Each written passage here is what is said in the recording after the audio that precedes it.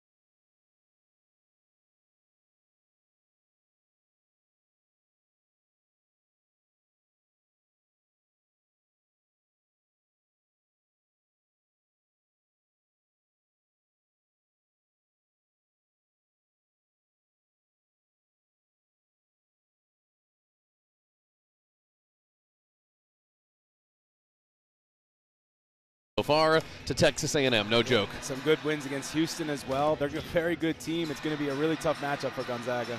As for Gonzaga, like we said a second ago, Kaylee Trong not in the starting lineup, so here's the starting 5. It's Walker, Trong, Verjoge, O'Connor, and Kempton. That's a tall lineup. Yeah, and they're going to see if they can use their length. Again, we've seen it a bunch where they've tried to force it inside, and it's gotten turnovers.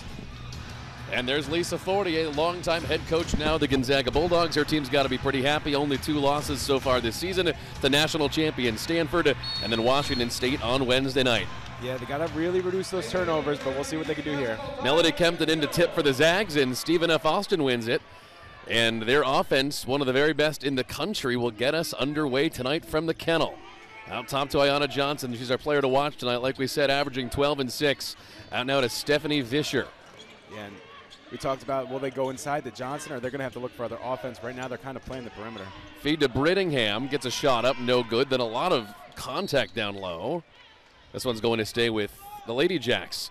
All right, Chris, the Stephen F. Austin offense, they're no joke. One of the best shooting teams in America. They average 86 points a game. Team shoots 46%. And they've had some big blowouts. 137 to 46 is just one of them. And there you go, getting on the board first. And there's Stephanie Vischer, their leading scorer this season, putting 19.5 points a game. She shoots 54%. So it's not just the team, it's their individual players who don't miss. No, and we saw it. I mean, there's 4 players with over 10 points. Yep. They're spreading the ball, and they get it to everybody. So it's going to be a tough matchup for Gonzaga, who's definitely struggled, especially in the turnover department.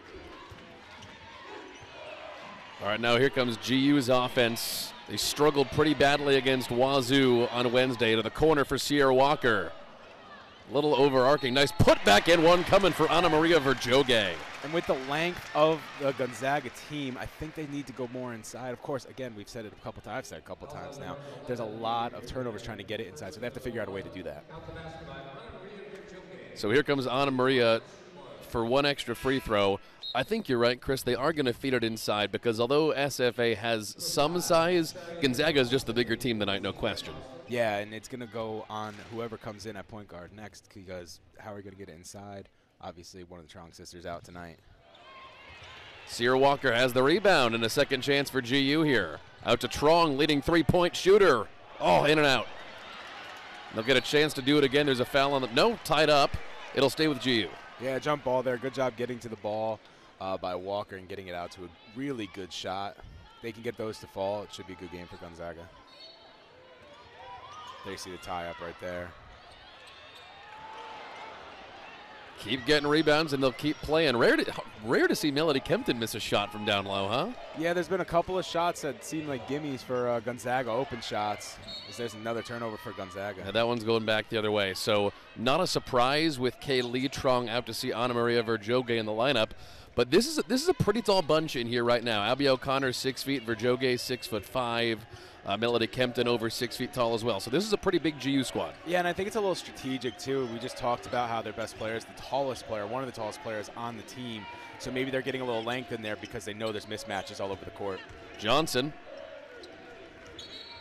That was a Nugent in the corner. Stepped out of bounds. It'll go back to GU. A little too far back with that step. She did the pump fake, but she was going a little too quick. Nugent is not always one of their top scorers, but boy, did she have a game last time out against, given a very small school. Still had 13 and 7, not bad. It was Our Lady of the Lake. And that was a big win for Stephen F. Austin. Chris, you want to give us the numbers on just how big a win that was for them their last time out? 90-31. Yeah, that was a big one.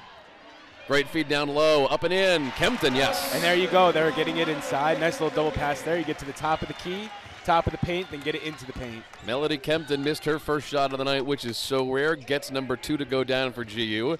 Shooting 58% from the field this season. That girl does not miss. No, and they're starting to get some good looks there. And you saw on that last one there, they didn't try to force it inside. They just moved it around to get inside. Some miscommunication on the movement there. Pass intended for Stephanie Vischer as it flew out of bounds. And there you see, look, goes to the top of the key, get it into the paint. Instead of trying to forcing it from the perimeter, they're moving it around a little bit, opening up those slots. All right, so, you know, Chris, one of the interesting things about SFA is that, yes, obviously it's their offense that is the thing that everybody knows about them, but playing full court press defense to start this game, they do force a lot of turnovers, and here's Walker. Yes, ma'am. Yes, and because of the press inside, sorry, going to the next point there, because of the press inside, that shot was wide open for Sierra Walker in the corner. Good to see her hit that one. She did not have her best three-point shooting game against Wazoo last time out. Still shooting 47% from three. She is still just about the best bet from downtown for this team, although Kaylin Trong is technically the leading three-point shooter. Yeah, I mean, there's been a couple of games where she struggled in a row from three-point. She dropped 3%, which you're like, oh, still 47%. I'll be still my heart. Yeah, still 3%, but, I mean, it's good to see her get 2 open shots. She's made 1 so far. Down low to Verjoge. She was backing down. Sierra Walker pushed to the floor. And that's a foul on SFA, non-shooting foul. Yeah, they were just trying to get through a screen there and went right through Sierra Walker. You're not going to get out of the way, we're going to move you out of the way, but you can't do that in basketball. That's on Ayanna Johnson. And Aaliyah Johnson checking in now for the Lady Jacks. 6'2", the grad student out of Missouri. And just miscommunication there. Kempton was intending it for Verjoge, just went to the wrong side of the floor. Miscommunication, but again, you see it. They get to the top of the key, then they're looking inside. They're using that size at the top of the key to get over the smaller defender into the inside where they can get the easy buckets. Robinson. Not a bad shot, just kind of a line drive. And here comes GU. All right, so question now with Kaylin Trong bringing it up the court for GU. She's not quite as efficient as a passer as a point guard without her sister on the floor. Yeah, with her sister on the floor, she has 9 total turnovers, but with her off the floor, it's 12 total turnovers on the season. And for what it's worth is Walker's got the interception. Her sister's only been gone for 2 games, so that is a notable statistic. Yeah, it's a very notable statistic because you're doing a 7-2 split there. Kaylin Trong running the offense here, meanwhile. Just about the best shooter on the team this year. A little more efficient when she isn't being asked to run point. I will say I do like they're letting Walker kind of fly from 3. I do like that. 5 to shoot for Sierra. Now it took too long. And that goes out of bounds. 1 second on the shot clock, so Gu's going to drop a play here. Yeah, I like them letting them fly from 3. If they start making those threes, it's going to open up the inside even more for Gonzaga. It's already been pretty open for this game. All right, Yvonne Ejim and Michaela Williams checking in now. 2 tall players, both 6'1". So they might get a look at the basket here on the inbound. Williams, she was looking for a pass. I'm not sure she knew how much time was on the clock. She just came into the game. Yeah. Just didn't see that there was 1 second left. Meanwhile, GU feeling pretty good about the lead they've got so far. 7-2 to open things up here. And they're getting those open shots down, which is what we talked about. Can they use their size? Cross court here to Nugent. Big 3. That was a pretty play. Shot was just off the mark. Kempton to the floor, saved by Trong. Zags don't have numbers here, so let's see what Kaylin does. Over to Sierra Walker. Her 3rd 3. Oh, rounding out. And, nice offensive rebound by Williams. That was aggressive. I believe that's 3 offensive rebounds now for Gonzaga, maybe 4 even. It's good to see them hustling for the ball, but as we talked about 1,000 times now, the size difference is really showing in the first here. Down to Ejim. Looked like there was some contact on that play, but the refs will let him go. Yeah, looking for a foul there when she threw it up. Didn't get the call and missed the shot. Big 3, Johnson. Rounding off. These teams that combined 1 for 8 from 3 tonight. Only one so far for GU is from Sierra Walker. And here's Mitchell. No good, rebounded by Ejim. She had such a super hot start to the year, Chris. She's a little quieter these last couple of games. Yeah, she had a pretty good game against Wazoo, but she's just down low. She's one of the they spread the ball so much. She works, though, you know what I mean? She works. They spread the ball so much, sometimes you're not going to have the best game every night. Well, and by the way, she is still the leading rebounder, just hasn't been scoring as much. Yes, still contributing. You bet. Nugent taking it all the way up the floor, trying to get around Sierra Walker, and one. A smart move there while she's dribbling to the basket. Walker tried to get the charge, comes to a complete stop to get around that. And we'll take a look at her free throw coming up on the other side of the break. GU out to a pretty good lead. 7-4 with 3:50 to go in the first quarter. You're watching the WCC Network tonight on Stadium.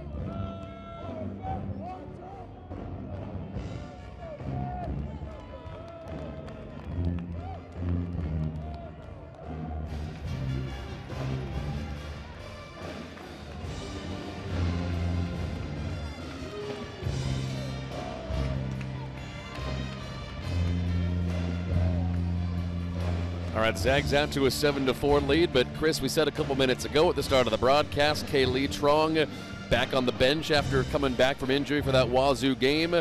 She's not playing tonight, so for people who might not follow this GU team, what do the Zags miss by not having her in? Yeah, well, she's more the distributor between the two sisters there, so without the distributor, you know, it's hard to get to the people that are scoring those over 8, over 10 points per game. So having her out is a big deal. We talked on the top of the broadcast, people are going to have to step up. It's been tough to find that so far from this team, but she is the top distributor, and they're very much missing that right now. Now, for what it's worth, we don't know just how serious it is, but the fact that she played against Wazoo on Wednesday would lead one to believe that she probably just re-aggravated whatever it was. Yeah, and just another night to take it off, and when WCC play comes around, she's healthy and ready to go. You betcha. That's coming up on December 30th. WCC opener against USF. And Zaya Nugent has her free throw. They'll be retiring Courtney Vandersloot's number that night. Truly one of the GOATs in the Gonzaga program. Speaking of the University of San Francisco, could you believe their men's team, the only undefeated team in college men's basketball? Only one overall. Yeah. I know, 10-0. Remarkable. Unbelievable. In the WCC, that's what a... Sorry, only undefeated team in the WCC, what I mean to say. I was going to say overall. Wow, No. a lot of teams must have lost. No, only undefeated team in the WCC, which is, yeah, a little surprising considering Gonzaga and BYU being what they are this year. Yes, but they're all playing tough schedules, especially Gonzaga. Very, very tough schedule, so it's going to be hard to be undefeated going into WCC. So here's Michaela Williams out top. Speaking of which, we were supposed to have a doubleheader in here earlier today. The men were supposed to have an afternoon tip-off against the University of Washington. UW, I think, had 7 COVID cases on their team, and they had to cancel that game. Yeah, they've had a couple of games now Washington had to do. Trong, 3 to shoot. And then I'll go back the other way. That shot was online. It was just a little short. Just a little, because of the step back. She had to step back to get a clean look and just missed the rim. Kind of a bummer to miss that UW game today, though. That was going to be a packed house in here. Nice to have that rivalry. Yeah, but they've had a couple of games that have been had to be canceled or rescheduled because of it. Hopefully they'll get it rescheduled, but we'll see as it goes on. As Trong tips it away, that's a foul. And lucky Washington, too, not only skating past GU, they get to skate past Arizona their first time around. And I believe UCLA, too. Yeah, all the games you have to miss if you're UW. They must be like, oh, darn. Oh, darn, we don't have to play 3 of the top teams in the country. Yeah, so here's an inbound here for Stephen F. Austin. They've gotten right back in this. It was a 7-2 start this game for GU, and all of a sudden, Lady Jack's back within a shot. Vischer. Not a bad shot, just won't go. That team still 0 for downtown now, 0 for 4 on the night. And I think we're going to see a lot of threes tonight. It seems to be what both teams are going for. Yep. I guess if one team's trying, you might as well keep going. The team's a combined 1 for 10 from downtown. And Bree Salenbein waiting in the corner now for GU. She's in off the bench as Abby O'Connor gets caught with a double dribble. Yeah, I think she was looking for the corner there. There was no one in the corner, so she's like, oh, I have to drive. Just can't do that. Yep. O'Connor still has not gotten a shot up tonight for GU. Then again, not that many have. There are only, 10 total shots tonight from GU. They're gotten 3 of them to go down and a free throw from Anna Maria Verjoga. And she didn't have many points against Washington State either. Only 4 points for the game after a great time out there in Hawaii. All right, so there's Zaya Nugent getting it to go. Clearly, she's coming out aggressive tonight. Yeah, I think they're really trying to rush the transition, knowing that they have a lot of bigs on the floor, and it's going to take them a while to get down there. Oh, there's a Nugent, went straight into Bree Salenbein. She's really coming out hard to play, and she is going to get the foul there. She's coming out hard to play. She has some tape on her eye. I don't remember seeing that in the shoot-around. No, she looks pretty tough, doesn't she? Look at that. Bang. Ouch. Well, Salenbein held her own. Good for the freshman. And checking in for the Lady Jacks, Angel Scott coming in off the bench. And, considering the Lady Jacks are 0 for 4 from downtown, that's a good sub because Angel is a 43% deep shooter. Yeah, and with both teams taking so many threes, I'm not surprised that they're still putting them up. If one team's going to do it and miss, you might as well go for it if that's your game plan. O'Connor into the teeth of the defense and draws the foul. Looked like she was trying to hand it off, but then saw that there was an opening for a foul and went right up to the basket. Gonzaga has not scored in the last 5 minutes and 18 seconds. So it's been a long time. Most of this quarter now, as O'Connor is going to try to end that here. Ends it there. A lot of turnovers for Gonzaga yet again. 5 already for the game. 4 in the last 5 minutes. 4 in the last 5 minutes. I thought they were going to try to do a double pass inside, getting it to the key and then underneath, but hasn't been happening. All right, so Gonzaga's pressing on defense now too. So we have a double press going on. These teams are actively trying to force turnovers, and Michaela Williams nearly does. I think it's because, again, good movement, travel on Robinson. I think it's because Stephen F. Austin was trying to push the transition a little bit, so Gonzaga's trying to slow it down. They're letting him get to half, and then they're going to play their defense. All right, Williams back to the bench, and Sierra Walker checking back in. She's responsible for the 1 3-pointer that either team has made tonight. It combined 1 for 10, the Zags and the Lady Jacks. That was a dangerous pass there. Lucky to get it to O'Connor. So Trong off the floor. The freshman Bree Salenbine running the point. Here's Ejim. Verjoge. She's the tallest player on the floor at 6'5". That should have been an easy enough shot, but she'll get another chance. And Salenbine with a physical foul of her own that time as she sends Johnson to the floor. Looks like she was just trying to go for the steal and just ran right into her. Third foul for GU. Just trying to knock it out of her hand and ran into her in the process. Lady Jacks have good ball movement along the perimeter. They're a fast passing team and they move. Johnson. That was a pretty move, just a little bit off to the right. And Salenbine, the freshman, with the board. Minute to go in the quarter. And O'Connor won't go down with the 3. The 3 just not falling in the kennel tonight. No, which is a little surprising considering GU has shooters, but you got to think an adjustment as we head toward the end of the first quarter here, Chris, is they're going to start working it more down low. I think they're going to work it more down low. It opens up the outside, opens up the perimeter when you work it down low, and they're getting some open shots, but coming back up to the perimeter now. You see they're trying to work the high-low. All right, 5 on the shot clock for Ejim. Nice move. And another chance here for GU. And a 1-second differential now between the game clock and the shot clock, so they can take this all the way down if they want. And it looks like that's exactly what we're going to do. They called the play. Here it comes. Verjoge, 5 to shoot. Walker to end the quarter. And that is how the first quarter is just about going to end. We have .2 on the clock, so enough time for an inbound and a full court heave for SFA. Yeah, it looked like halfway through the possession they put time on the shot clock after turning it off to start the possession. I was wondering about that. We'll get an explanation here, but at the end of the other, on the other end of this commercial break. But at the end of one, 9-7, Gonzaga on top of Stephen F. Austin. A lot of turnovers, a lot of missed shots, but GU does head to the second quarter with the lead on the WCC network tonight on Stadium.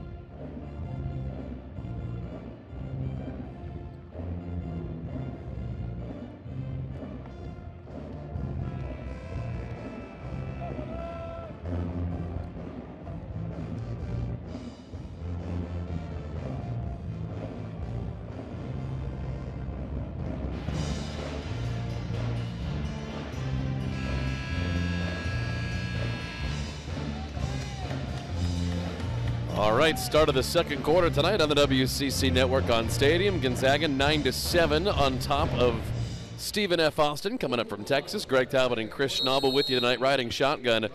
Chris, man, that was not a pretty first quarter to watch. Gonzaga shot less than 22% as a team.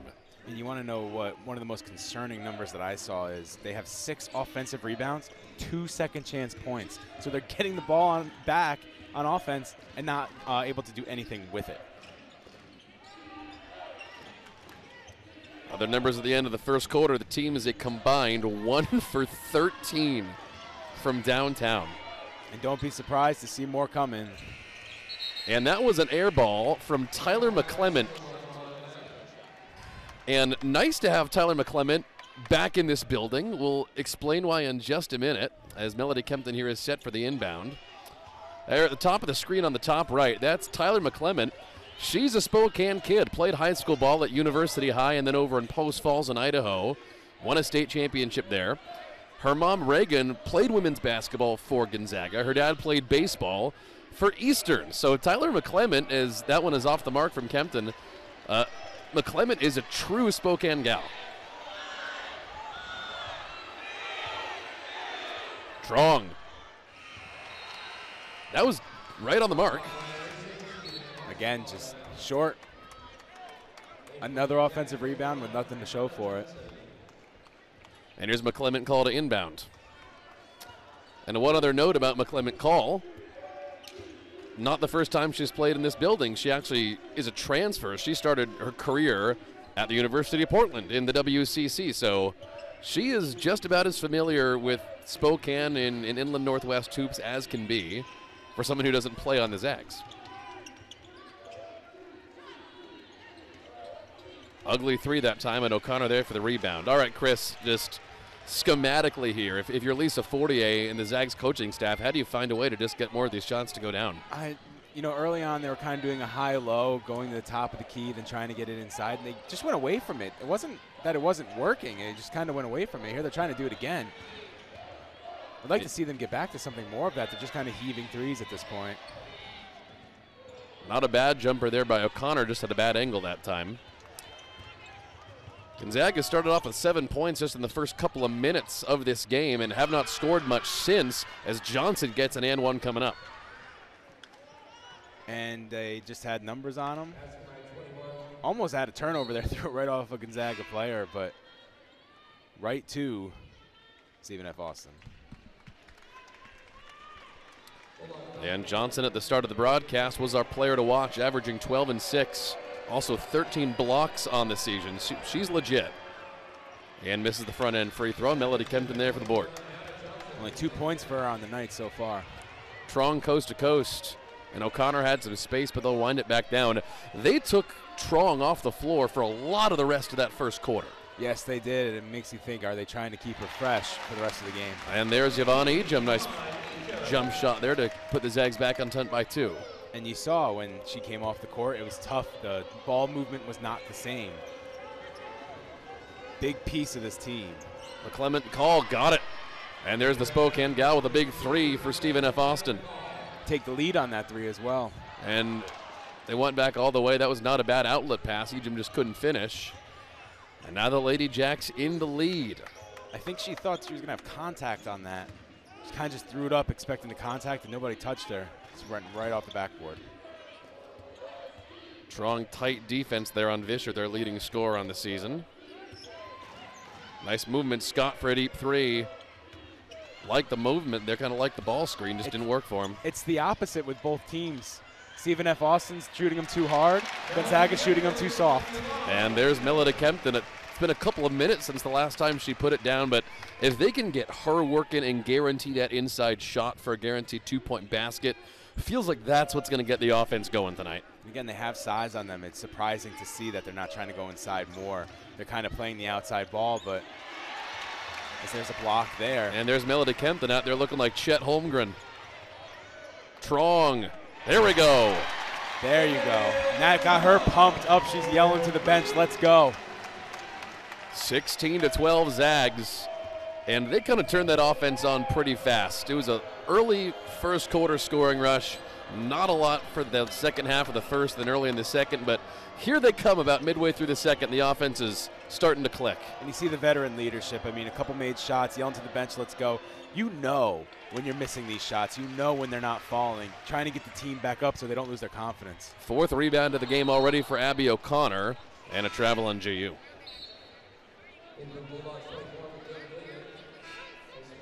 And McKay Williams checking back in, and Mott Hybens will do the same. Getting her first minutes of this night as Abby O'Connor goes back to the bench. Sorry, look at the block right there. Trying to come out in transition. There's the 3. Wide open.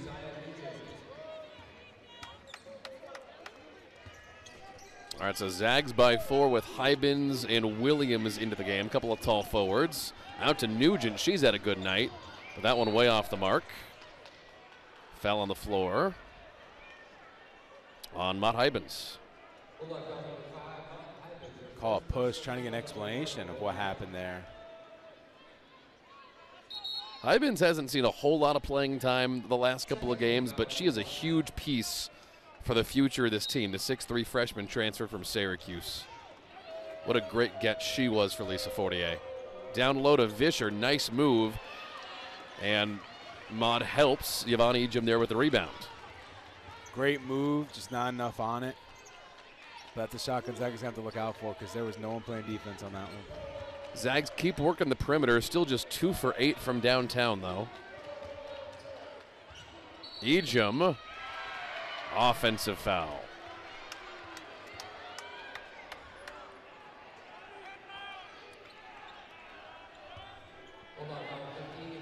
Charge there, just outside the bubble. Good play there. We thought this might be a close game, Chris, and it has been. I'm not sure I anticipated it being for this reason, though. Obviously, how high can this offenses go? Two of the best offenses you're going to see, and it's just been the defense that's been stepping up. Foul on GU. GU is getting mismatched underneath, where the taller is outside on the perimeter. They keep getting mismatched because the movement right now for SFA is so good. We'll talk about that coming back from the other side of the break. 16-12 GU midway through the second on the WCC network on Stadium.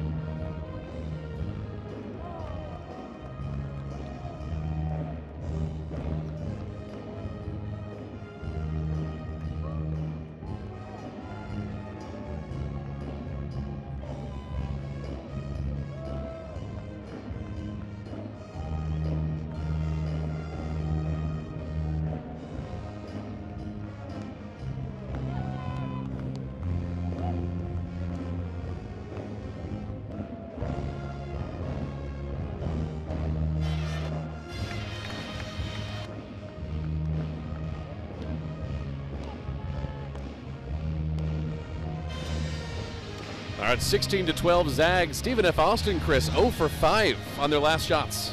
Yes, and again, Zags starting to pull away a little bit. They had a nice little 7-0 run there. Finally made another 3. We've been waiting for that since the beginning of the first. Yep. Just not a good shooting night for either team. Gonzaga's really trying to work the ball in a little more, and they're getting a little mismatched on defense, but you don't see a lot of from Gonzaga. Yeah, let's be specific about how bad a shooting night this is for both teams. Gonzaga's shooting 23% as a team.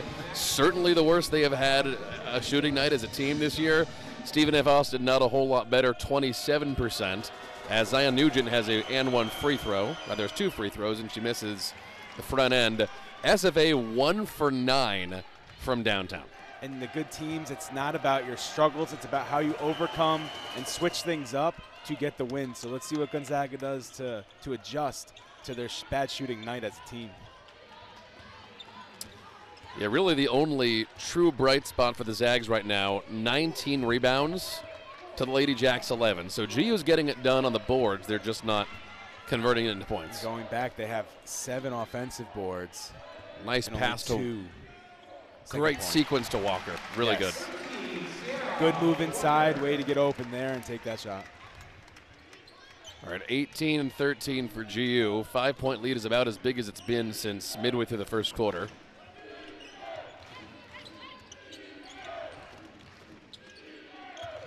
Back outside to Nugent. She has had a really good night so far. Of all the players on the team, even if she's not having the best statistical game, Nugent is really going hard in the paint. And here she goes again. Nice little dump off and a foul. She's getting a lot of those things that don't come up in the box score, the hustle points that you don't see, but she's really helping keep this team in the game. The handoff right there to get underneath to draw the foul.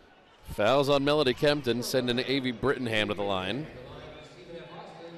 She has not had a big night, but averaging 12 points a game this season. She just hasn't scored yet, and she'll stay at 0 for the moment.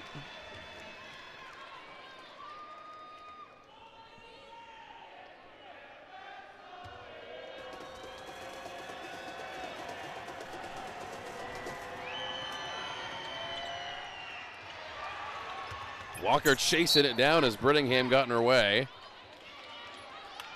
I'll say Walker touched it last. Yep, this will stay on the near side with SFA.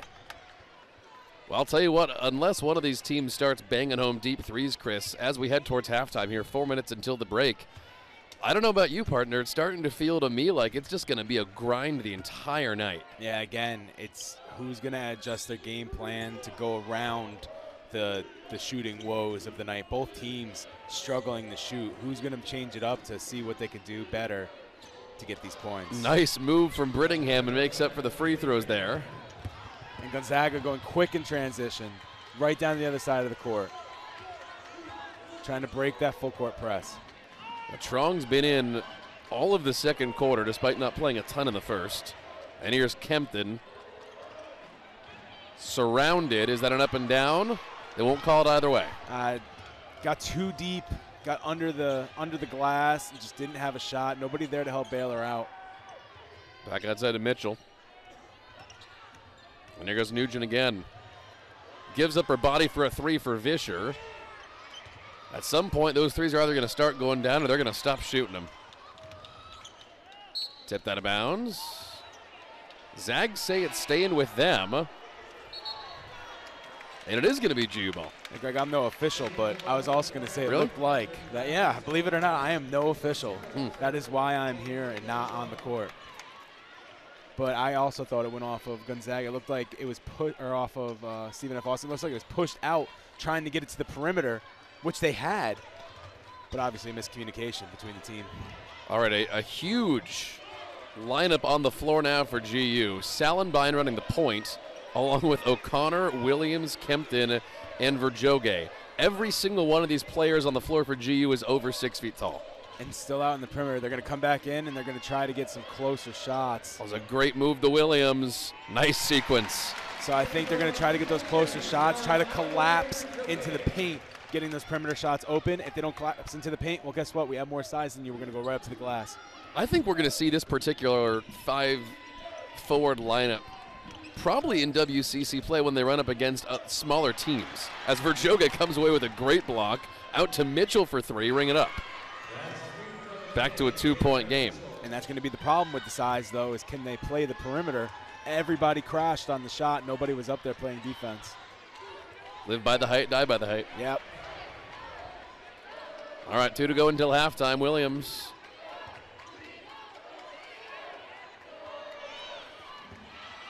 And a nice tip away by Vischer. Just tried to force it into that spot. There was no reason to go in there. Crashes right into Kempton and a foul. Wasn't set, might have been the bubble as well. Call it a block. Take another look. Let's see, definitely in the bubble. Well, that's tough to call. Yeah.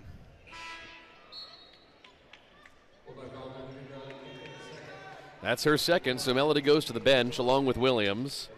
Yvonne Ejim checks in, and now Trong back on the floor for the last 2 minutes. And again, a big layover of her not being in the game. They must be saving her for the second half, and with the shooting woes and the way teams have been playing, they're going to need her out there.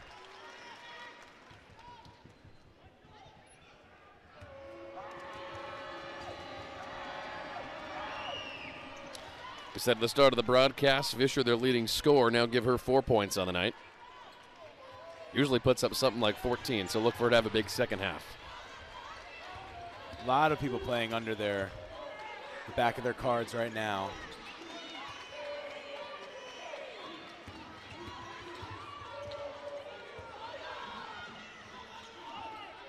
Nice pass inside.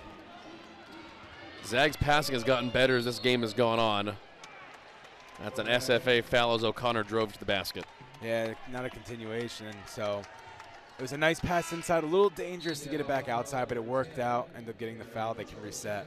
Angel Scott back in again, one of their best three-point shooters for SFA, so maybe trying to get a deep one up here with a tie game with 1:30 left as the shot won't go down from Ejim.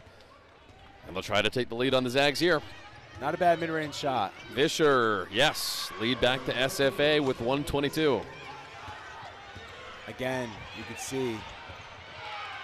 Tipped away from behind by Scott. Again, you could see lagging behind, trying to get back in transition. Stephen F. Austin is just quickly getting down the court, knowing they have the size out there.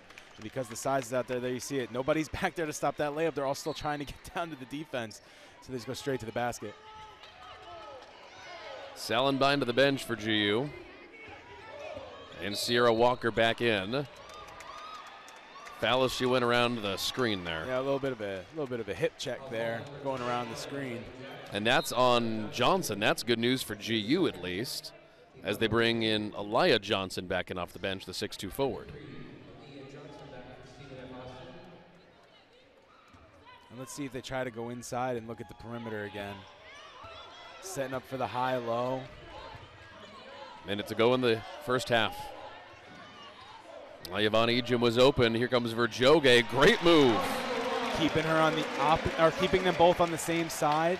She comes around. There's nobody on the other side there, so it's just one-on-one. She's gotten 2 shots to go down. They were both great post moves. As Brittingham goes up underneath the basket, and GU's going to move here. 10-second difference between the game clock and the shot clock. Let's see if they try to do it again. So he's setting up on the same side. Verjoge backing down. Ejim rejected. And no shot clock left. Here comes Nugent. Great no-look pass. Almost ran her teammate out of bounds, and she did. Yeah, back to GU with 18.5 seconds. A little flashy, a little bit late there. You see the block. Here comes on transition. Just a little bit late on this toss here. Tried to be flashy, ran her straight out of bounds. And SFA with the interception here, 15 on the clock, and they'll hold. Another turnover, bad turnover there for Gonzaga. Stephen F. Austin trying to put a lead on the board going into halftime. Here's Vischer. A little hard. Foul on the floor on the other end of the shot.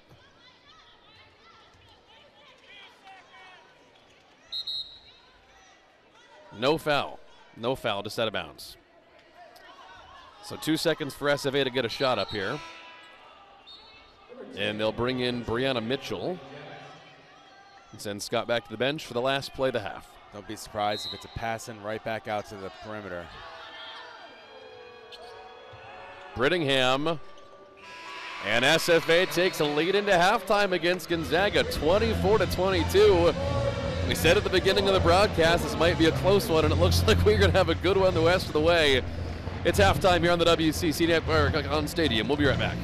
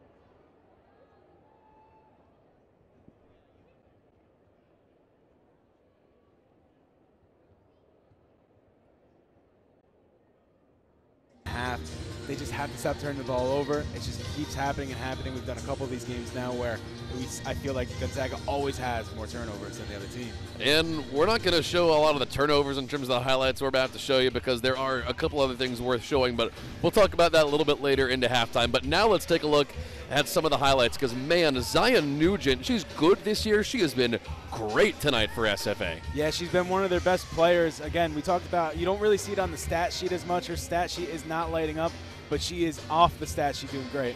All right, then the Zags went on a 7-0 run, started to get it down low with the inside and then the mid-range game. Yeah, and again, it was working. They went away from it. They came back to it. It looks like Chong has to be on the court for them to be doing this. There she was pulling up a three. That was a huge three. Really got the team back into it. They're pumping them up, saying, let's go. I know we're in a little bit of a funk, but we got this. And then the very end of the half, Avery Brittingham, yes. So all of a sudden, Stephen F. Austin, a 24-22 lead on top of the Gonzaga Bulldogs. I'm not even sure this would technically qualify as an upset considering the fact that SFA was a tournament team last year, Chris. Yeah, 8-1 as well. One very tough loss. On that last shot there, you see them all collapse to the center. I said it before. I was thinking maybe go in and then come back out with 2 seconds. You're able to do that little touch pass, but they decided, nope, we're just going to go to the mid-range, shoot it, hope for the best, and they got it. Now they're up 2. Going into the half. A lot of tight defense, a lot of turnovers, a lot of rebounding. We'll talk about all that and more on the next segment of the halftime show. We'll show you halftime stats and a lot more, but at the moment, still 24-22 SFA on the WCC Network on Stadium.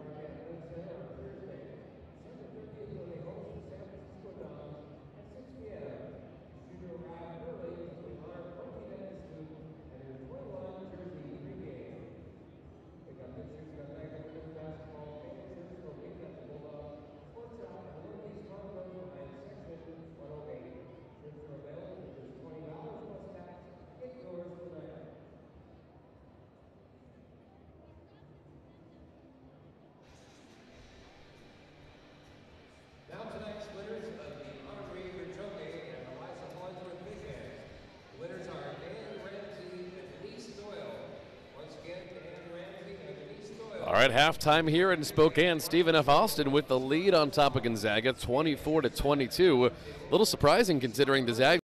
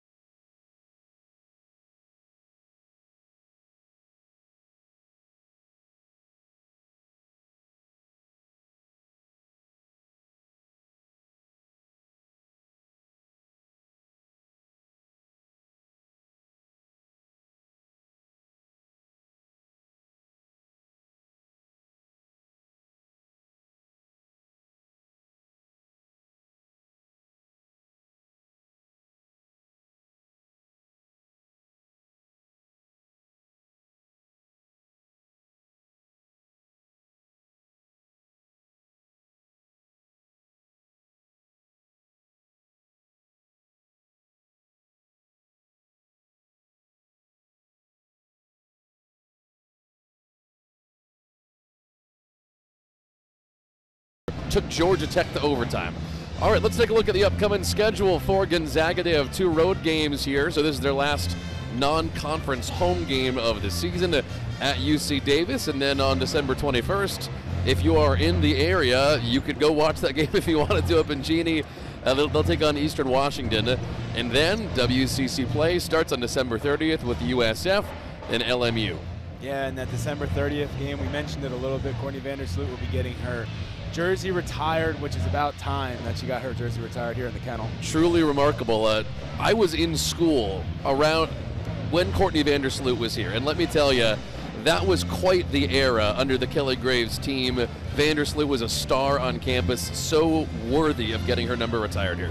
Yeah, I mean, great career with Gonzaga, great career outside of Gonzaga. Set a playoff record this year in assists, and it's WNBA champion now. It's more than well deserved. So if you come out December 30th against San Francisco, you can see that one. You betcha. All right, so as we get into the meat of the things here, again, December 30th is when we get started in the WCC.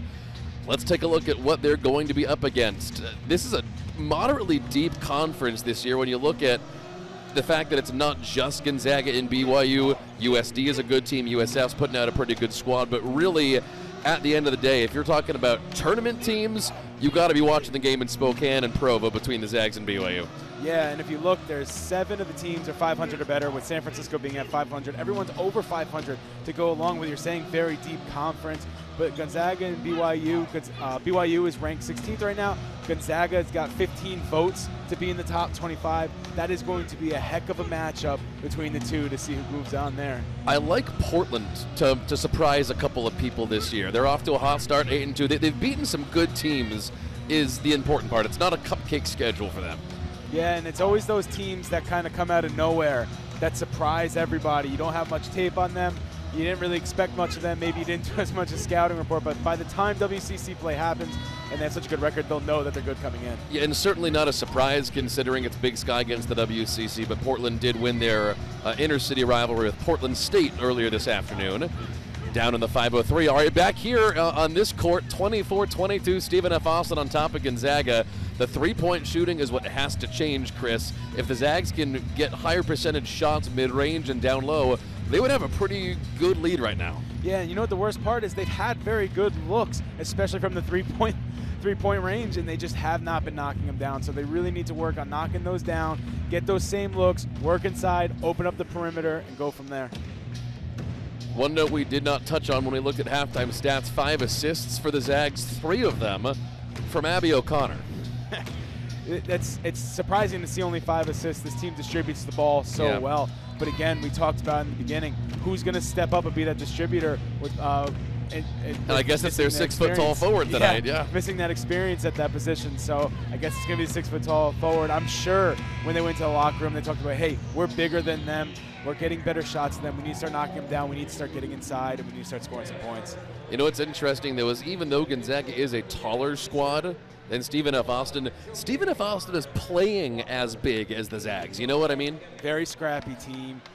They go after every rebound. They go for every steal, and you can't teach that. You know, you can't teach being scrappy. You can't teach hustle. You can't teach that type of stuff. So why they're a good team. All right, so Trong back out on the floor to run this offense for GU with O'Connor, Verjoge, Kempton, and Sierra Walker.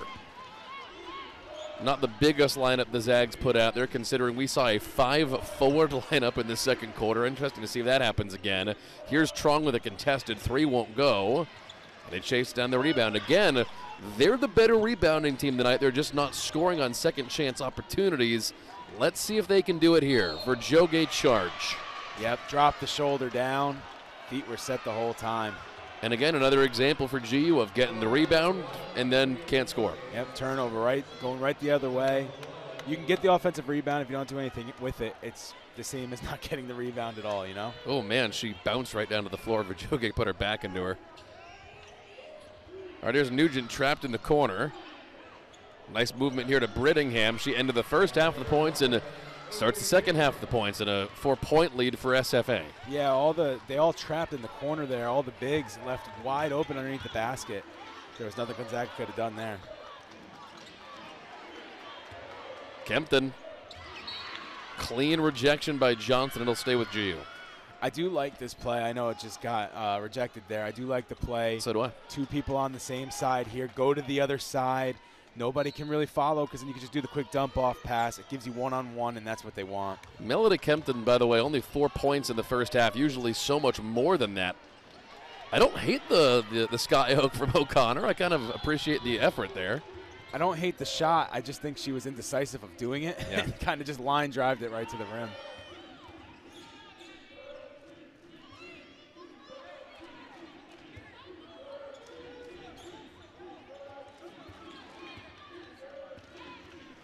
Lady Jacks running the clock down. 5 to shoot here. Johnson over for Mitchell. 3 to go. Got to get rid of it to the rack. Rejected by Verjoge. And a shot clock violation. And after the shot clock violation, another rejection just for good measure. Tries to come inside. A couple of good swats tonight for Verjoge and Kempton. Strong goes to the rim.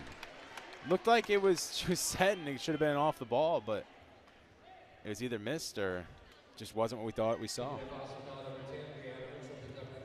That's on Brianna Mitchell for SFA.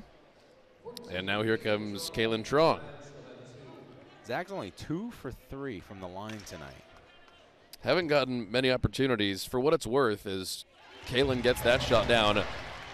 Kaylin was focused so much on distributing and movement in the first half that she only hit 1 shot. Now just 4 points on the night, and the one was a 3-pointer. Yeah, it was the 3-pointer that kind of got them going on that 7-0 run. Let's see if she takes more control of the offense, seeing as they're struggling. Trap works there. These teams have been pushing each other that way all night, let me tell you. And that's exactly what we want. They're kind of going more away from the full court, and they're going more towards the half court press. You saw them trap in the corner the first time, didn't work. There they trap at the top, gets the throw right out of bounds, gets the ball right back.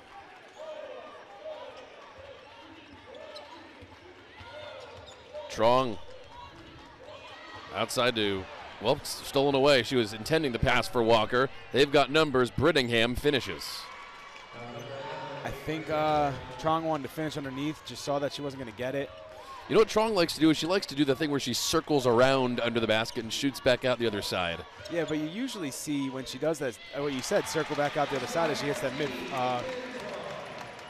the mid-range right there. She likes to go on the other side, but she kind of got stuck underneath. Yeah. And that was it. The mid-range jumpers have been working. I think Lisa Fortier wants to keep that expanding as the game goes along.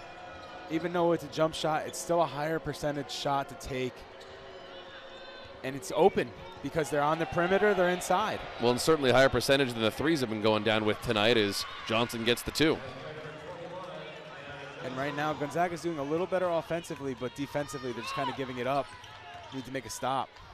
To the corner, Abby O'Connor. Finally, the Zags are back on the board with a 3, and they cut it back to a 1-point game. That was probably the biggest basket of the game so far because Stephen F. Austin has not missed a shot, or they have barely missed any shots. I shouldn't say they shouldn't because they had the shot clock violation. But they needed that more than anything to bring it back to a 1-point game. Zags now 3 for 10 on the night from outside, which is all of a sudden more respectable than it was, whatever it was, 1 for 8 or 1 for 9 or something. 5 to shoot here for Vischer. Double teamed under the basket. Going back the other way. And that trap is working very well. We saw it the first time not work in the corner. Wide open underneath the basket. There you go. Look at the 3 outside in the corner. They needed that. Small smiles after that, knowing that was a huge basket. This night is such a weird anomaly for GU up until the last couple of minutes there, as this will be Stephen Ball. Zags coming into this game shooting 38% as a team. So strange to see them struggling the way they have tonight. And another charge called there. Oh, man, I think she was that's moving. A charge. I think she's moving to the spot. Although it would have been ball anyway, she threw it straight out of bounds. I don't think that should have been a charge there.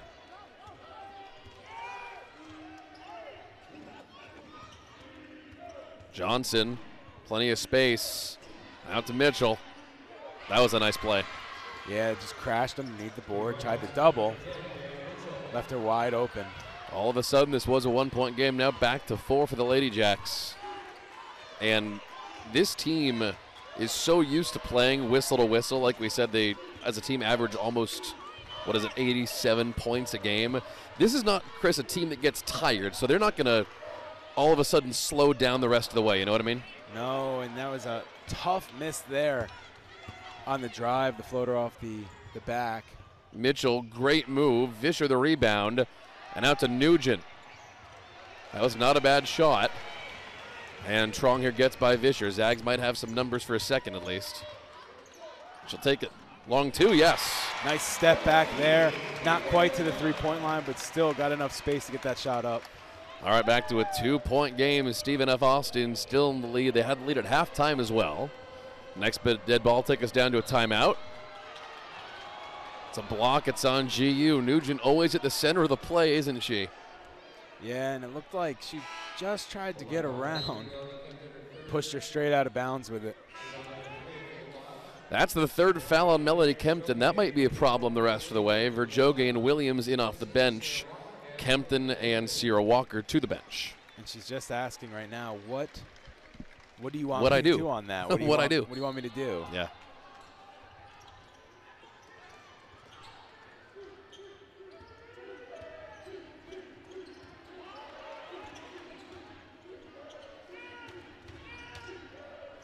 Good movement. Here's Brittingham.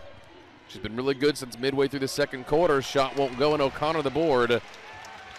Fifth rebound of the game for Abby O'Connor. I will say right there, Gonzaga may have gotten lucky that the shot clock wasn't reset, because that would have been another charge going the other way. I think so too. So they're going to take a second to get the shot clock worked back out. Go, right here. Sets it off the ball. Would have been another charge. Lucky GU, but they'll take it. All right, 4:47 to go in the third quarter. Lady Jacks by 2 on the WCC network on Stadium.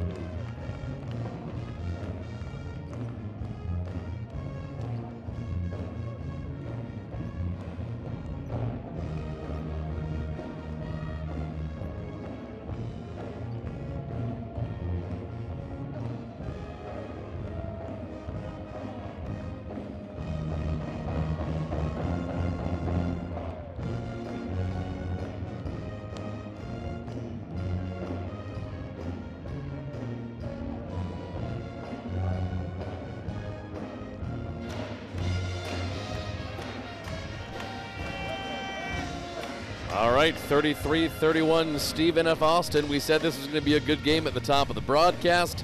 It has been, and it feels like it's going to be that way the rest of the way. Chris, we just got our third quarter stats here so far. One thing I want to notice here, Stephen F. Austin points in the paint, 18. Gonzaga, just 8. And they're trying to get it inside. It's just not working. But we've talked about that mid-range shot has been falling for them. That's where they've gotten most of their points. So it's not too surprising you're not seeing those points in the paint for Gonzaga. What I notice is they come back with 3 more rebounds than they had at halftime, offensive rebounds, still only 2 points in second chance points. So they still haven't adjusted there, but they've made some good adjustments so far, and they're starting to hit some threes. We've seen 2 of them already. 2 more than we saw in the first half, or 1 more. On a 4-forward lineup on the floor for GU, Caitlin Trong with Williams, Ejim, O'Connor, and Verjoge. So they'll let Caitlin distribute here. See what they can do. Here's Williams in the corner. Didn't love the look.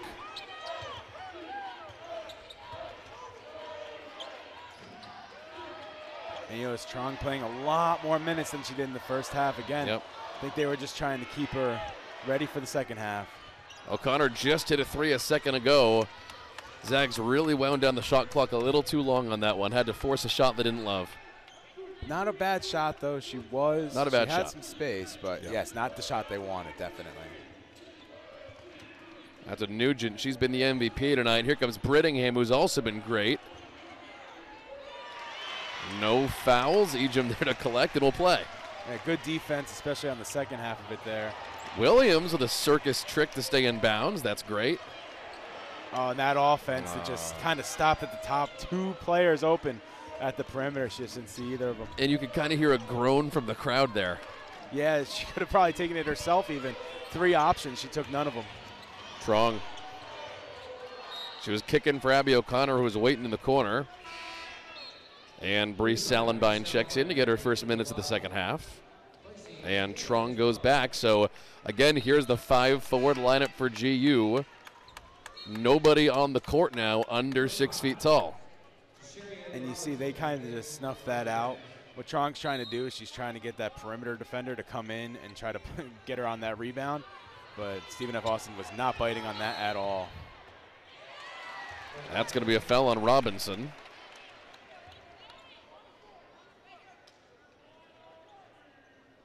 I do like this 5-forward lineup. I think this is going to work in the WCC.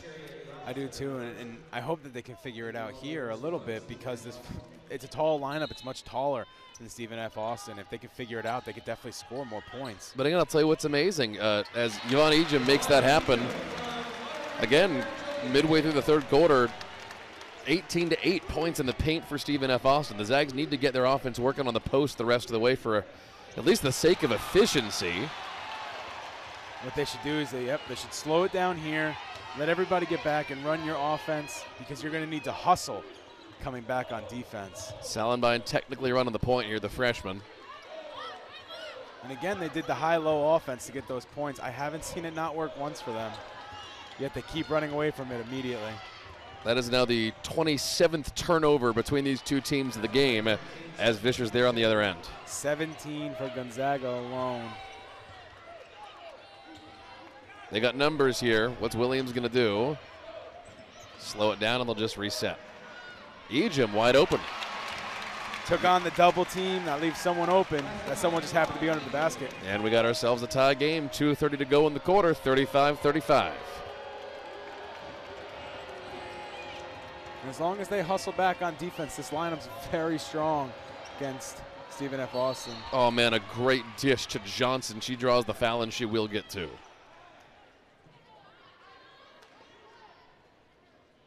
Looks like. That's the best pass of the game so far, just about. Yeah. Third foul on Anna Maria Verjoge. That's a problem because Melody Kempton has 3 as well. Might have to see some depth from the bench. And speak of the devil, and she shall appear. Here comes Mott Hybens, 6'3" freshman in for Anna Maria. Still got the length. And here's Johnson at the line. Pretty impressive. They've kept her now just 5 points. Usually, again, like we said at the top of the game, she averages 12 and 6. So the fact that they've kept her pretty quiet has been a successful night. Yeah, 5 points, 2 for 5 overall, only 2 boards too. Walker goes down for the rebound. This one might stay with SFA, and it does. That looked like it might have been a tie-up, but whoever falls out first.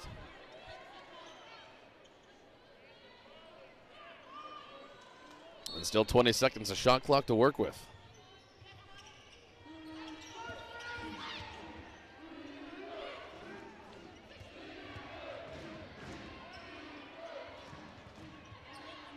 That seems to be the game plan there. Just trying to go from the perimeter and drive in. Salenbine wide open, the freshman. I like the fact that they're getting her as much playing time these last couple of games as she's been getting. I think she just needs to hit a couple of those shots to get a little confidence worked up. Yeah, it's tough coming in as a freshman. Oh, my goodness. I'll tell you, there are some things that have not been working tonight for Gonzaga. What has been working is the blocks down low. That was a Chet Holmgren block, and now call that 8 on the night for GU. That's not a block. Yvonne's got 3, man. That's not a block. That's a swat. Yeah. That is swatting it away. That is absolute denial. 8 blocks as a team tonight. That's really, really good. And Johnson cannot make him pay on the second chance. So they're forcing him to take these kind of awkward shots underneath the basket, which is working out in their favor. They're not coming down. Obviously, when you're taking those acrobatic shots, it's going to be a lot tougher. So Gonzaga playing very good defense. Sierra, that's what she's there for. Big shot, big shot by Walker. Oh, and that's look at what they need. Look at the smile. You love to see it. And all of a sudden, the Zags are back in the lead. 38-36 with a minute to go in the third quarter. And here comes the crowd. There it is. It's getting loud in the kennel now, and you love to hear it. Vischer, silence. And there go the feet as fast as they came.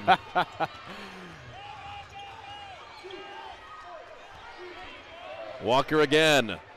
Love the shot, just a little bit long. Hyben's there to collect and put back. That's what they need right there. They need to get that second point, second chance points right there. Get the board, get right back up, or reset.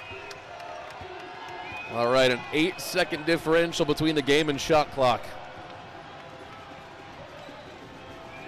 So assuming SFA holds, Zags should get the final possession. No foul, and now the Lady Jacks have numbers. Salenbine's back at half court. Nugent, yes. 41-40. Although she made that shot, they had numbers there. They could have moved around. She kind of took a difficult shot. All right, 10 to go in the quarter. O'Connor fouled. Tough foul to give there, kind of falling out of bounds, an awkward shot. But Gonzaga will take it. There it is. You see, get the board, go right back up. Second chance points is what they need. There you see coming around. They had numbers. They could have slowed it down a little bit, wasted a little more time, and then there wouldn't even be this chance for the free throw with 8 seconds left.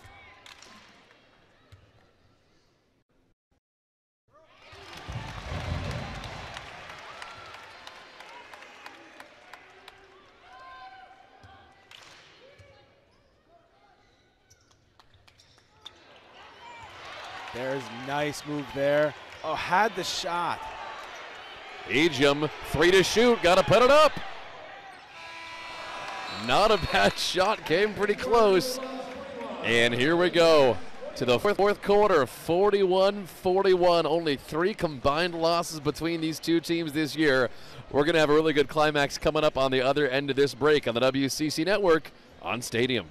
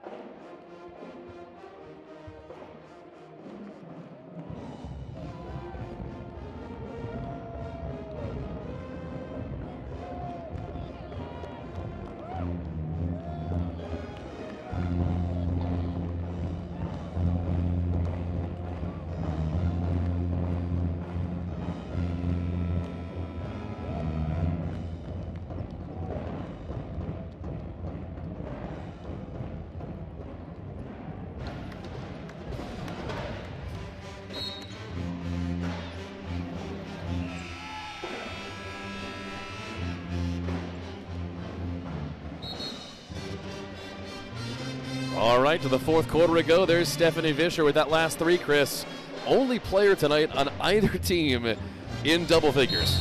Yeah, she has 11 points, still 4 for 10.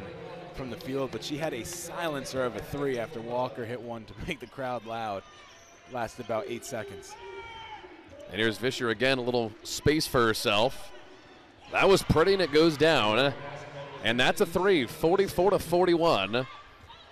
And there we go. Ends the quarter with a big 3 and starts number 4 with the same one. And they're going to look to lean on her, as she has the hot hand right now between both teams. Well, that would have been a deep 3 from Caitlin Trong. She had a nice break at the end of the third quarter. Can't imagine she goes to the bench again. And she draws the foul. She'll get 2. I think I figured out Gonzaga's game plan here in the second half. Get to the line. Yeah. Can't get blocked, can't be stuffed, and also can't take a bad shot from the line. All right, so Caitlin Trung's already got 9 points tonight. This will likely put her in double digits as well. There it is. And Sierra Walker on the floor, so the Zags have some three-point shooting ability out there with she and Trong, their 2 leading three-point shooters. And Melody Kempton back into the game now to start the 4th. She does have 3 fouls. Yeah, but they're going to look to rely on her a lot on the offensive end. They really need to start getting some buckets, compiling some buckets to take the lead. Vischer, nice move. First 5 points of the 4th quarter for SFA. Yeah, great move underneath. It's kind of just been the game plan since halftime, is just give it to her and have her go from the perimeter to underneath, set some screens. It's been working, though. She didn't have an outrageous first half. That was really Nugent and Brittingham, but Vischer is shot ahead. Ejim had space over to Williams. Zags have let the corner for a lot of their threes tonight. O'Connor is there a couple of times.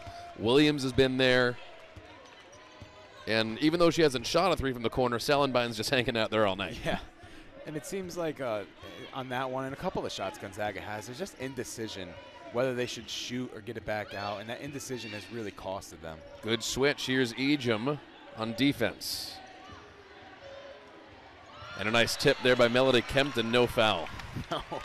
No foul at all. That was all ball. Block number 9. Block number 9, and just underneath, it's been tough for Stephen F. Austin. All right, so Yvonne Ejim to the bench. Verjoge comes back in. She's also been a block queen tonight. That one wasn't as much of a block as the shot was just thrown into her hand. 3 on the shot clock. Got to get rid of it. Johnson. That's closer than you would have hoped it was as a GU fan. Yeah, that was a deep ball too by a center. There's Abby O'Connor going over to the scorer's table. She'll come in. Down low, Kempton. She has not had a great night, but she gets a foul there. Going back to the line. Talked about the Zags went to the line 3 times going to halftime. This is going to be their 10th free throw shot of the game. 3rd foul on Johnson. Good job on the turnaround. She gets the push. She's going to head to the line. Interesting. All right, Sierra Walker is the one to go to the bench. So this is a tall lineup again. Trong is the only guard on the floor right now for GU. And that's the way they seem to want to have it. She's the best distributor on the team, the best healthy distributor on the team, I should say. the best passing Trong who is not injured. Yes. And I think that's what they value most out there when they have this big lineup, especially in transition. She's very good in defensive transition as well, stopping the easy layup. I think that's going to be on O'Connor. See, I would like to see it again. It almost looked like a carry. The ball just dribbled too high, and she took about 2 steps with the ball over her head.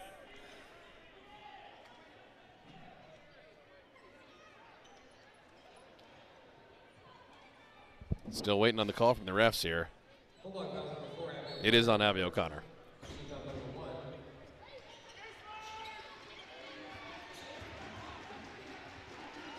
Vischer again. That was a good 3. O'Connor pushed her out, though. Good box outs underneath there. As Fisher was the only one that was not underneath the basket for Stephen F. Austin. SFA by 2. Down to Kempton. Can she keep it? Tie it up. This should stay with Gonzaga, and it does. That's a tough one to have, though. They had that underneath there. Just lost it. Just lost the handle.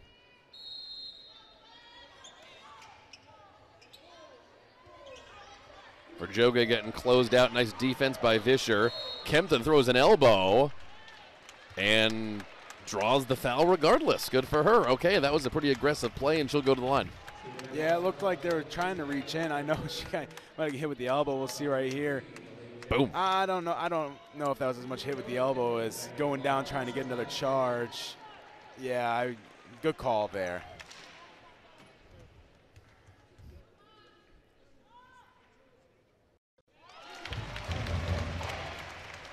Only shooting 9 for 12 now from the line, but it's really saving them in this game. Definitely been the game plan coming in. Get to the line in the second half. All right. Tie game again. 7:17 to go. Is this not the type of game you love to call? Close college basketball games are about as much fun as you can legally have, Chris. Johnson had a good open three. Now the Zags have a chance to take the lead. Probably should have used a little more clock there. Michaela Williams is getting a lot of playing time tonight, even compared to her average. She's been on the floor a ton. Yeah, and I think it's because of fouls. I mean, you got 3 players on the floor right now, Mitchell, Nugent, and Johnson, all with 3 fouls. So they're making a lot of switches, trying to get healthy players out, or players not in foul trouble out there. That was a great sequence. Kempton just went the wrong way. Again, looked like she was looking for contact almost. Johnson. Oh, that was nice. That was a good move there. Fisher was wide open in the corner, too, so Gonzaga's going to have to pay attention to that. Zags down 2 again.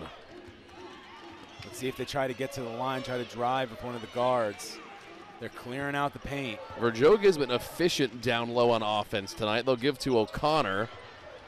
That was clearly a setup play. I don't hate it. That was a nice design, just kind of a line drive shot. Yeah, it was a very nice play. Verjoga there on defense just gave Johnson too much space. It's almost the same play there, just one finished, one didn't.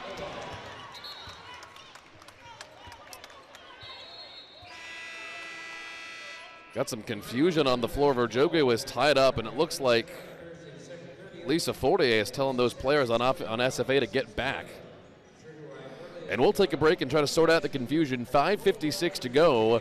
Zags down 4 on the WCC network on Stadium.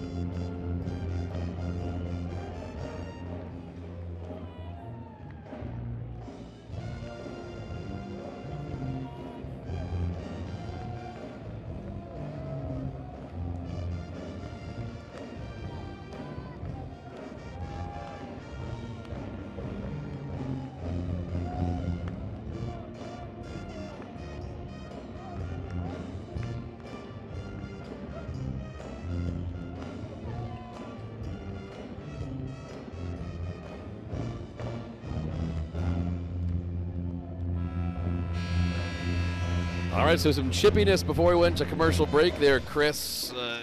Fortier, we saw Lisa Fortier John and a couple of the SFA players who are kind of tangling up Anna Maria Verjoga. So as if this game, currently Stephen F. Austin 50-46, as if it wasn't intense enough in terms of the play, I think we're going to start seeing some emotion and chippiness the next 6 minutes. Yeah, you see a lot of chippiness in 2 types of games.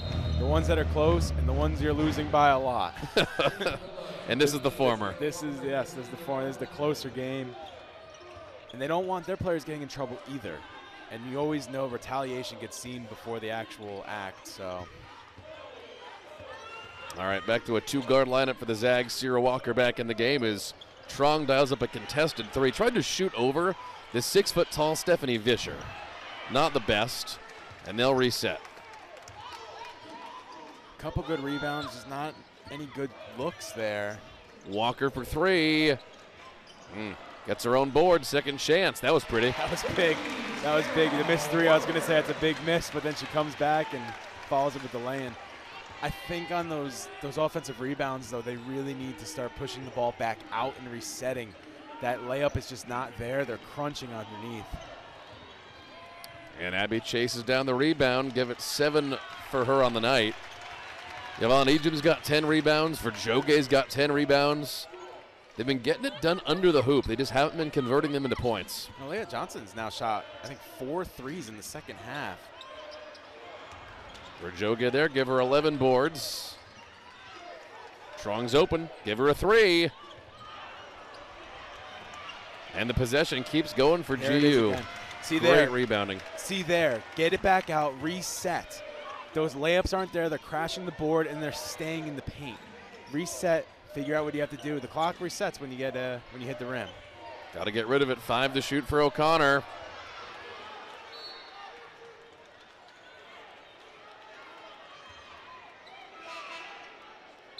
And GU's going to keep the ball after the timeout. That's the under 5, so 4:18 to go. We still got ourselves a 4-point game in Spokane on the WCC network on Stadium.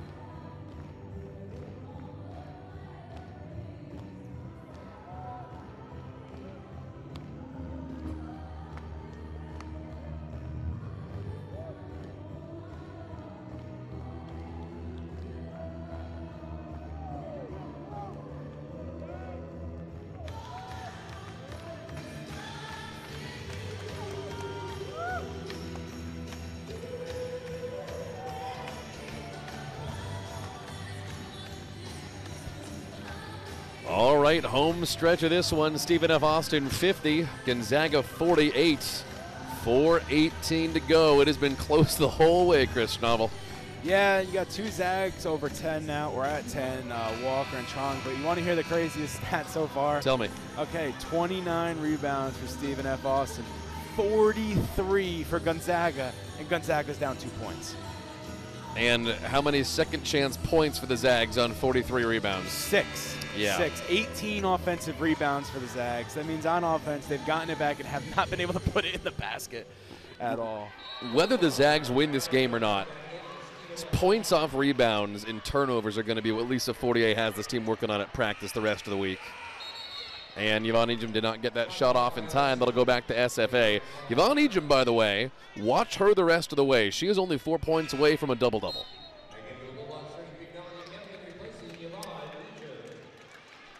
And now they send her to the bench. So maybe not. Maybe watch someone else. Melody Kempton in off the bench. I was about to say, good timing there. Watch her jog to her seat. Johnson under the basket, working on Verjoge. She's been good on defense and gets the rebound too. And here's fast pace for Gonzaga. A 2-point gap to make up. We have a foul on the floor. I think that's on Johnson. Yes, directly in the middle there. I think it's on Robinson. That's on Robinson. It's on Robinson. Yep, it is on Robinson.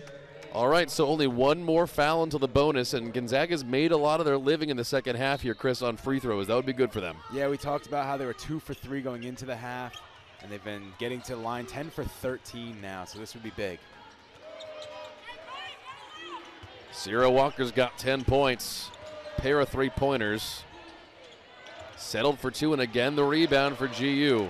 Reset, and they will. Like you said, that's been working. Yes. I think one of the biggest reasons they weren't getting those second chance points is because they got the rebound, tried to go right back up, but everybody crashed, so there was nothing there. Open lane for Trong, and we got ourselves a tie game, 3:20 to go. Took a hit there too, but gets right back up, doesn't argue or anything. Another big thing about almost going to the bonus, they can't play as tough on defense. Vischer's so good tonight on offense, 18 points, far and away the leading scorer. And she's putting the team on her back and saying, I got this, everybody. Just follow me.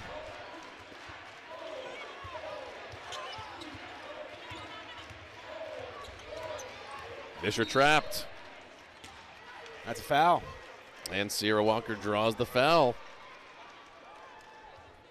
And speaking of Vischer, beat the defense right there. And again, what we've been saying since the second half, she just gets hit the perimeter and drives in. And it's just been working. She was really pretty quiet in the first half, but the second half just explosive. I think because in the first half it was just everything was in the paint and she couldn't get in there because it was so clogged. And now it's not as clogged. They're kind of getting more towards the perimeter, more towards the middle. It's just open for her. Tie game. And that foul to bring them to the bonus was not a good foul for them to take. It was a reach foul on a double. They had her trapped in the corner. There was no reason to reach in there. All you have to do is push her into the side. Oh, another great block. Crowd's coming alive here in the kennel, and SFA wants a timeout. That was almost a game-changing block there. It was game-changing, but if they would have gotten the ball back, this place would have exploded. Well, here's the thing about home women's games at Gonzaga University. Obviously, it's not quite as loud as the men's games with, I think, 1,200 kids usually in the Kennel Club. But these fans are passionate. Most of these fans are season ticket holders. When it comes time to get loud in the last 2 minutes, you bet they're going to. Yeah, and it was getting loud there. I think that's why the timeout happened. Yep. You know, it started to get loud. A bad shot gets blocked. They bring it back to the top. They had a little bit of confusion. Timeout. We need to stop the crowd. That was a good timeout by Mark Kellogg. Amazing timeout. You can hear it right now in our headsets. It's getting loud. It's getting really loud in here. And that's how Gonzaga wants it. You can see when it starts to get loud just now. Got loud and they kind of have a misplay there. All right, Gonzaga, a two-guard lineup. Trong and Sierra Walker back out there, so they want to be able to shoot. Johnson, nice pass to Vischer, intercepted. They had that one completely zoned out on there. They saw it coming and they played great defense on it. Inside 2.5, Trong, big shot. Great play, double screen there. Screen one way, came back, same screen, opens her up at the free throw line. 2 points, Gonzaga.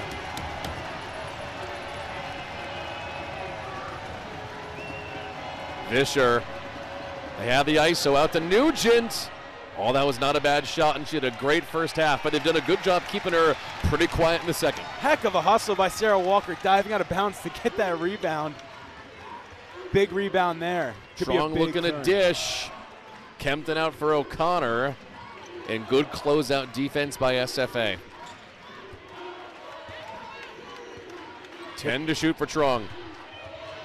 Looking for the kick, she's got Walker. And that's what she's there for. Zags by 5, what a run. Sierra Walker dives out of bounds to get a huge board. 3-pointer. A 7-0 run for Gonzaga. Puts them up 57-52 with inside a minute 30 to go. That's the home crowd push. Yes, and you heard the place explode. Trong going inside. Everyone crashes down. Guess what? They forgot Sierra Walker is a shooter out there. Crowd's going wild, bench is going wild. They know how big that shot was to take this lead. Stephen F. Austin's gonna have to think of what can we do to get our shooters open. Minute 28, they don't need threes right now. They can still work that inside game. But Gonzaga has now shown the last 2 possessions that they can't keep doing that Fisher from the outside driving in. They've now stomped it out two straight times, so they have to come up with something else. Are they going to go back to the bigs inside? Are they going to look outside for some threes? Let's see what they come out with. And this is not a game where you can count on the three. Both of these teams exactly 5 for 20 from outside. They're both shooting 25%. You can't count on a three here. 10 for 40 overall. Mathematically, they're going to have to shoot a three probably because Gonzaga is going to run the clock. The question is when. Mitchell taking their time on offense. They don't have that much time to give. Here's Johnson. Nugent keeps 10 to shoot. They're kind of all in one spot. Man, great move, no foul. Zags take it back. We're going to play. I agree with no foul. It looks like they just took the chair out from under her. She was trying to draw the contact, maybe get a three-point play. One more bucket's going to pretty much put this thing in the wood chipper. Sierra. Ball game. Unbelievable. Ice in the veins when they needed it most. She's coming through. Sierra Walker, what a game in the second half. 18 points, 4 for 10 from downtown. They need a three here. Yeah, they're just about out of time. They're going to let Nugent have it, and she missed it. Oh, man. We have, well, thankfully everyone's okay. They both went down pretty hard. Let's see who they give the foul to. I believe it's going to go against Stephen F. Austin on when she was coming down. Yep. Running into her. Should be free throws for Gonzaga that can close this thing out. I'll tell you what, though. Respect to Nugent. What a game she had. She Hustle was stats excellent tonight, yeah. Yeah, I mean, you're going to look at the box score and you're going to say, what do you mean? But hustle stats all the way. Hustling to get the ball, getting out to get rebounds, pushing the ball out, getting the steals, getting the tips at least. Great game out there. And here's Trong. 15 points. And who would have thought? It looks like Gonzaga is going to close out this game by just about double digits. Yeah, you usually see that towards the end of the game, though.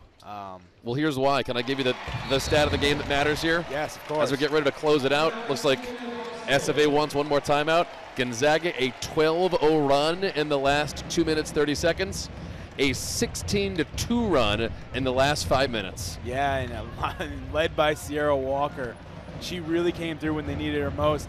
We talked about how it was a bad shooting day all day. She didn't shoot great from three herself, but when she needed to hit them at the end of this game, she hit them. And 10-point lead now. It almost leaves you speechless watching that. Almost leaves you speechless watching that amazing run by Gonzaga. That was finally putting the pedal to the metal, you know, really punched down to the gas pedal. And you hear the crowd is getting loud. You know, they were down most of the game, and when they weren't down, even when they were tied, they were getting outmatched. But again, what we talked about at halftime, we talked about before half, it's not the team, it's not how you do on the game, it's how you adjust and how you come out and how you win the game. That's what separates good teams from great teams. Gonzaga didn't shoot well, but they figured out what they need to do to win this game. Inside 30 seconds, Johnson for three. A nice putback from Nugent. She's not going away yet.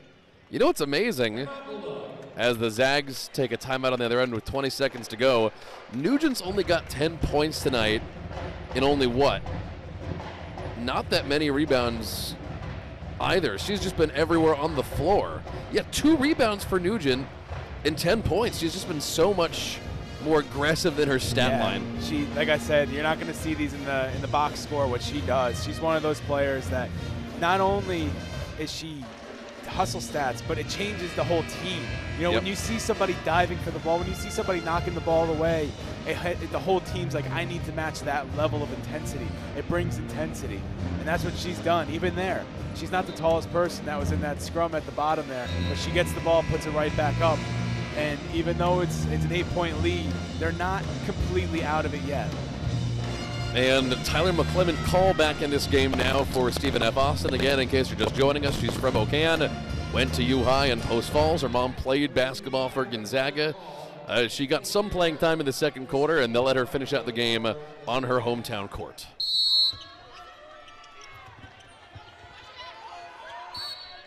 And I guess they'll foul despite an 8-point lead with 18 seconds to go, so we'll play that game.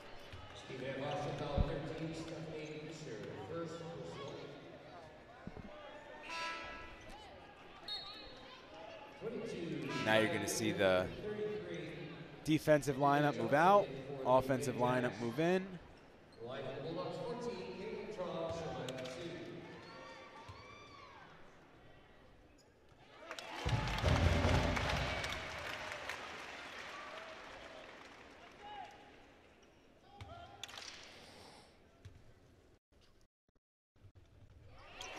Clutch, 10-point game with 18 to go. You could hear a pin drop when those free throws were going. The place was so quiet.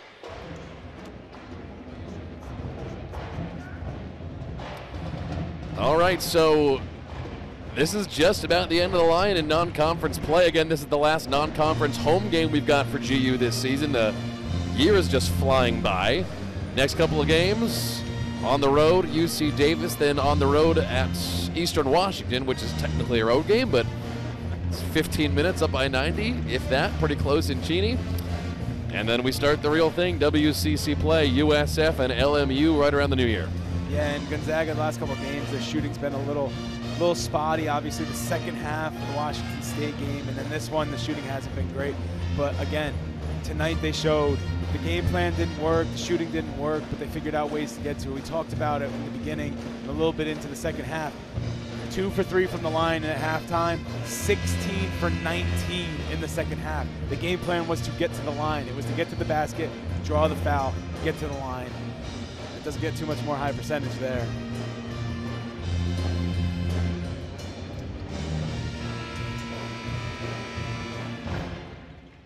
Just a reminder, in terms of Gonzaga women's basketball, you can watch every game the rest of the year here on the WCC Network on Stadium,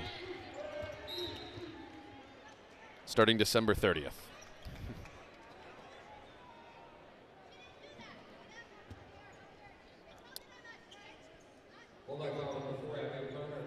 Foul on Abby O'Connor with 15 seconds to go. They'll let SFA get a shot up here. And that'll pretty much wind this one down. Tell you what, Chris, I didn't see this thing going down as a double-digit game, but it's going to. And another foul. Has to be out of frustration at that point. Yeah. Oh, no, a timeout. Okay. That doesn't make too much sense there. This game is a 10-point game with 6 seconds left. I guess they're just trying to fight to the end, but is what it is. But can you believe this is going to end up being a double-digit game? That's amazing considering how close it was, and GU trailed for a considerable portion of this game. The only reason I'd say, okay, I can see it being double digits, because at the end of close games, you do see that happening. But opposite to those games, it hasn't been free throws. Nope. It's just been really clutch play by Gonzaga, closing it out the way they needed to.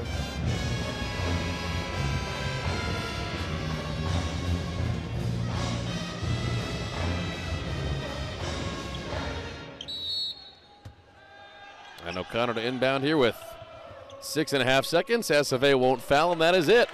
Gonzaga 64, Stephen F. Austin 54. And after a gut-wrenching loss on Wednesday to Washington State, the Zags get right. Yeah, and a great game, great end of the game by Walker. We were saying who's going to step up. Walker really just stepped up at the end there. She put the game in her hands. When we all thought it was going to be Vischer doing it, Sierra Walker said, nope, I'm going to do it on my home court. We cannot lose another game here before WCC play. And, man, did they close it out. It's a big win. It's a great win for Gonzaga. Stephen F. Austin is not an easy team. They're not a pushover team. And there is Sierra Walker. She is our player of the game tonight. 18 points, 4 3-pointers. A couple of those really when it mattered. That is her Gonzaga career-high 18 points. Yeah, and she hit 2 threes when they really needed those 3-pointers. One to really bring them back and one to just close out the game. An amazing game for her. Returning for another year and having a great one. All right, so like we said, 2 more road games against UC Davis and Eastern Washington. That's on December 21st here in town.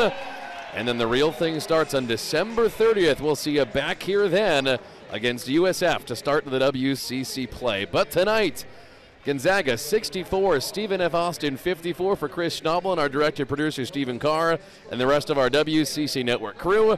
I'm Greg Talbot saying thank you so much for being with us, and we'll see you next time on the WCC Network on Stadium.